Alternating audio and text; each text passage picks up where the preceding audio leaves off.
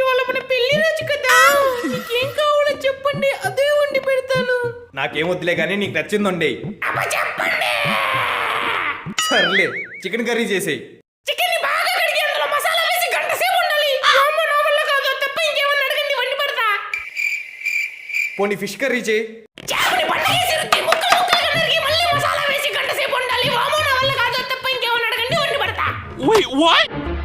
టమాటా పప్పు చేయి.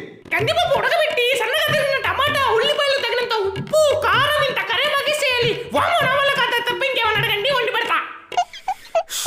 కనీసం కోడిగుడ్డు ఫ్రై అన్నా చేయి. కోడి ముట్టి నుంచి గుడ్డు తీసి దాన్ని పగలగొట్టి నూనెలో వేసి ఫ్రై అయ్యేంత వరకు ఆగాలి. వామో నా వల్ల కాదు, తప్ప ఇంకేమన్నా అడగండి వండి పెడతా. దండం పెడతానే, నాకేం వద్దే. గొడ్డు కారం వేసి ఎలాగోలా తినేస్తాను. కారం